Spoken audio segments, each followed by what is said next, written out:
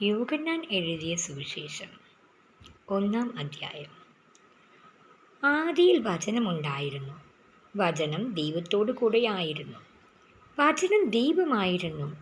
അവൻ ആദിയിൽ ദൈവത്തോടു കൂടെയായിരുന്നു. സകലവും അവൻ മുഖാന്തരം ഉളവായി.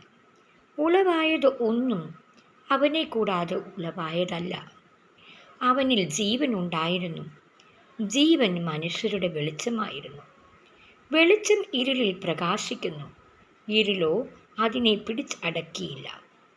ദൈവം അയച്ചിട്ട് ഒരു മനുഷ്യൻ വന്നു, അവന് യോഹന്നാൻ എന്നു പേര്. അവൻ സാക്ഷ്യത്തിനായി താൻ മുഖാന്തരം എല്ലാവരും വിശ്വസിക്കേണ്ടതിന് വെളിച്ചത്തെക്കുറിച്ച് സാക്ഷ്യം പറവാൻ തന്നെ വന്നു. അവൻ വെളിച്ചം ആയിരുന്നില്ല, വെളിച്ചത്തിന് സാക്ഷ്യം പറയേണ്ടവനത്രേ. ഏത് മനുഷ്യനെയും പ്രകാശിപ്പിക്കുന്ന സത്യവെളിച്ചം ലോകത്തിലേക്ക് വന്നുകൊണ്ടിരുന്നു. അവൻ ലോകത്തിൽ ഉണ്ടായിരുന്നു, ലോകം അവൻ മുഖാന്തരം ഉളവായി, ലോകമോ അവനെ അറിഞ്ഞില്ല. അവൻ സ്വന്തത്തിലേക്ക് വന്നു, സ്വന്തമായവരോ അവനെ കൈക്കൊണ്ടില്ല. അവനെ കൈക്കൊണ്ട് അവൻ്റെ നാമത്തിൽ വിശ്വസിക്കുന്ന ഏവർക്കും ദൈവമക്കളാകുവാൻ അവൻ അധികാരം കൊടുത്തു. അവർ രക്തത്തിൽ നിന്നല്ല, ജഡത്തിൻ്റെ ഇഷ്ടത്താലല്ല, പുരുഷൻ്റെ ഇഷ്ടത്താലുമല്ല, ദൈവത്തിൽ നിന്നത്രേ ജനിച്ചത്. വചനം ജഡമായി തീർന്നു, കൃപയും സത്യവും നിറഞ്ഞവനായി നമ്മുടെ ഇടയിൽ പാർത്തു.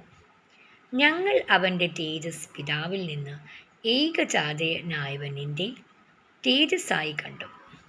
യോഹന്നാൻ അവനെക്കുറിച്ച് സാക്ഷീകരിച്ചു, എൻ്റെ പിന്നാലെ വരുന്നവൻ എനിക്ക് മുൻപനായി തീർന്നു, അവൻ എനിക്ക് മുൻപേ ഉണ്ടായിരുന്നു എന്ന് ഞാൻ പറഞ്ഞവൻ ഇവൻ തന്നെ എന്ന് വിളിച്ചു പറഞ്ഞു.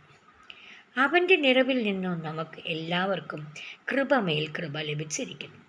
ന്യായപ്രമാണം മോശെ മുഖാന്തരം ലഭിച്ചു, കൃപയും സത്യവും യേശുക്രിസ്തു മുഖാന്തരം വന്നു. ദൈവത്തെ ആരും ഒരു നാളും കണ്ടിട്ടില്ല. പിതാവിൻ്റെ മടിയിൽ ഇരിക്കുന്ന ഏകജാതനായ പുത്രൻ അവനെ വെളിപ്പെടുത്തിയിരിക്കുന്നു. നീ ആരെന്ന് യോഹന്നാനോട് ചോദിക്കേണ്ടതിന് യഹൂദന്മാർ യെരൂശലേമിൽ നിന്ന് പുരോഹിതന്മാരെയും ലേവ്യരെയും അവൻ്റെ അടുക്കൽ അയച്ചപ്പോൾ അവൻ്റെ സാക്ഷ്യം എന്തെന്നാൽ,